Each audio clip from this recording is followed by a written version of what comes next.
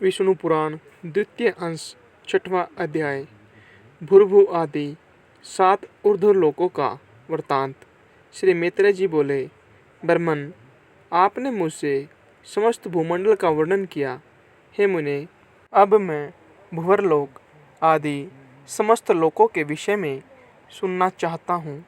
हे महाभाग, मुझ जिज्ञासु से आप ग्रहगण की स्थिति तथा उनके परिमाण आदि का यथावत वर्णन कीजिए। श्री पराशर जी बोले, जितनी दूर तक सूर्य और चंद्रमा की किरणों का प्रकाश जाता है, समुद्र, नदी और पर्वत आदि से युक्त उतना प्रदेश पृथ्वी कहलाता है। हे द्विज, जितना पृथ्वी का विस्तार और परिमंडल घेरा है, उतना ही विस्तार और परिमंडल भूवर्लोक का भी है। हे मित्र, पृथ्वी से 1,00,000 योजन दूर सूर्यमंडल है और सूर्यमंडल से भी 1,00,000 योजन के अंतर पर चंद्रमंडल है। चंद्रमा से पूरे 100,000 योजन ऊपर संपूर्ण नक्षत्र मंडल प्रकाशित हो रहा है। हे ब्रह्मन, नक्षत्र मंडल से 2,00,000 योजन ऊपर बुध और बुध से भी 2,00,000 योजन ऊपर शुक्र स्थित है। शुक्र से इतनी ही दूरी पर मंगल है और मंगल से भी 2,00,000 योजन ऊपर बृहस्पति जी हैं। हे द्विजोत्तम, बृहस्पति जी से 2,00,000 योजन ऊपर शनि है और शनि से 1,00,000 योजन के अंतर पर सप्तऋषि मंडल है तथा सप्तऋषियों से भी 100,000 योजन ऊपर ध्रुव मंडल स्थित है। हे महामुने, मैंने तुमसे यह त्रिलोकी की उच्चता के विषय में वर्णन किया।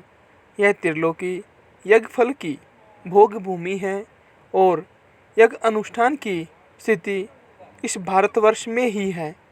ध्रुव से 1 करोड़ योजन ऊपर महरलोक है, जहाँ कल्पांत पर्यंत रहने वाले भृगु आदि सिद्धगण रहते हैं। हे मित्र, उससे भी 2 करोड़ योजन ऊपर जनलोक है, जिसमें ब्रह्मा जी के प्रख्यात पुत्र निर्मलचित सनक आदि रहते हैं। जनलोक से चौगुना अर्थात 8 करोड़ योजन ऊपर तपलोक है। वहाँ विराज नामक देवगणों का निवास है, जिनका कभी दाहन नहीं होता। तपलोक से 6 गुना अर्थात 12 करोड़ योजन के अंतर पर सत्यलोक सुशोभित है, जो ब्रह्मलोक भी कहलाता है और जिसमें फिर न मरने वाले अमरगण निवास करते हैं। जो भी पार्थिव वस्तु चरण संचार के योग्य है, वह भूर्लोक ही है। उसका विस्तार मैं कह चुका। हे मुनि श्रेष्ठ, पृथ्वी और सूर्य के मध्य में जो सिद्धगण और मुनिगण सेवित स्थान है, वही दूसरा भूवर्लोक है।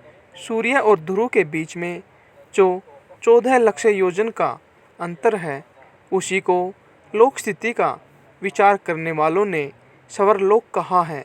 हे मित्र, ये भू, भुव, स्व, कृतक त्रिलोक कहलाते हैं और जन, तप और सत्य ये तीनों अकृतक लोक हैं।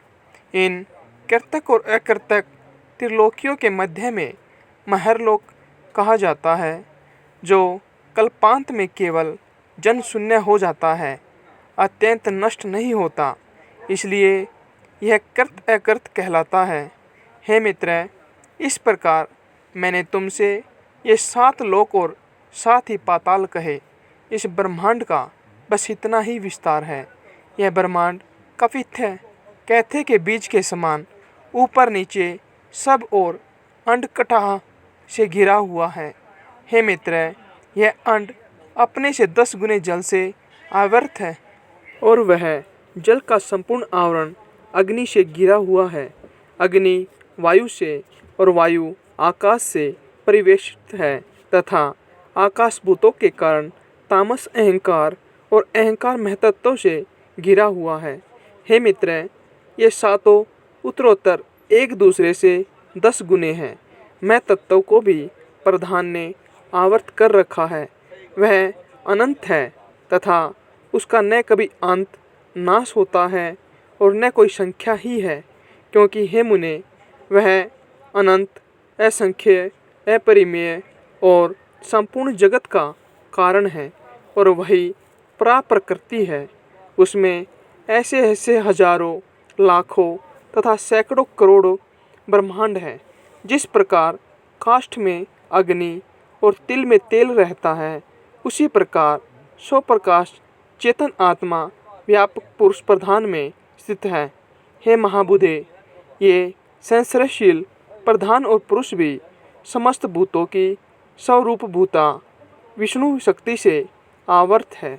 हे महामते, वह विष्णु शक्ति ही प्रलय के समय उनके पार्थक्य और स्थिति के समय उनके सम्मिलन की हेतु है तथा सर्ग आरंभ के समय वही उनके शोम की कारण है। जिस प्रकार जल के संसर्ग से वायु सैकड़ों जल कणों को धारण करती है, उसी प्रकार भगवान विष्णु की शक्ति भी प्रधान पुरुष में जगत को धारण करती है। हे मुने, जिस प्रकार आदि बीज से ही मूल, सकंद और शाखा आदि के सहित वृक्ष उत्पन्न होता है और तदंतर उससे और भी बीज उत्पन्न होते हैं तथा उन बीजों से अन्य अन्य वृक्ष उत्पन्न होते हैं और वे भी उन्हीं लक्षण, द्रव्य और कारणों से युक्त होते हैं, उसी प्रकार पहले अव्याकृत प्रधान से महतत्व से लेकर पंचभूत पर्यंत उत्पन्न होते हैं तथा उनसे देव, असुर आदि का जन्म होता है और फिर उनके पुत्र तथा उन पुत्रों के अन्य पुत्र होते हैं। अपने बीज से अन्य वृक्ष के उत्पन्न होने से जिस प्रकार पूर्व वृक्ष की कोई शक्ति नहीं होती, उसी प्रकार अन्य प्राणियों के उत्पन्न होने से उनके जन्मदाता प्राणियों का ह्रास नहीं होता।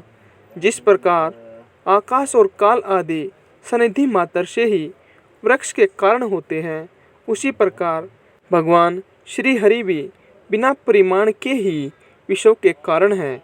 हे मुनिषतम, जिस प्रकार धान के बीज में मूल, नाल, पत्ते, अंकुर, तना, कोश, पुष्प, शीर, तंडुल, तुष और कण सभी रहते हैं तथा अंकुर उत्पत्ति की हेतुभूत सामग्री के प्राप्त होने पर वे प्रकट हो जाते हैं, उसी प्रकार अपने अनेक पूर्व कर्मों में स्थित देवता आदि विष्णु शक्ति का आश्रय पाने पर आविर्भूत हो जाते हैं, जिससे यह संपूर्ण जगत उत्पन्न हुआ है, जो स्वयं जगत रूप से स्थित है, जिससे यह स्थित है तथा जिसमें यह लीन हो जाएगा, वह परब्रह्म ही विष्णु भगवान है।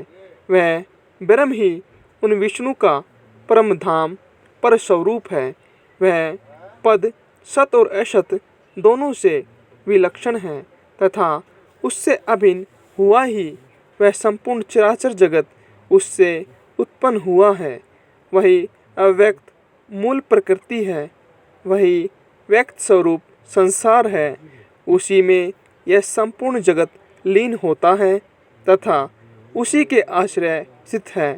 यज्ञ आदि क्रियाओं का कर्ता वही है। यज्ञ रूप से उसी का यजन किया जाता है और उन यज्ञ आदि का फल स्वरूप भी वही है तथा यज्ञ के साधन रूप जो सरसुवा आदि हैं, वे सब भी हरि से अतिरिक्त और कुछ नहीं है। यहाँ विष्णु पुराण के द्वितीय अंश का 6वां अध्याय समाप्त होता है।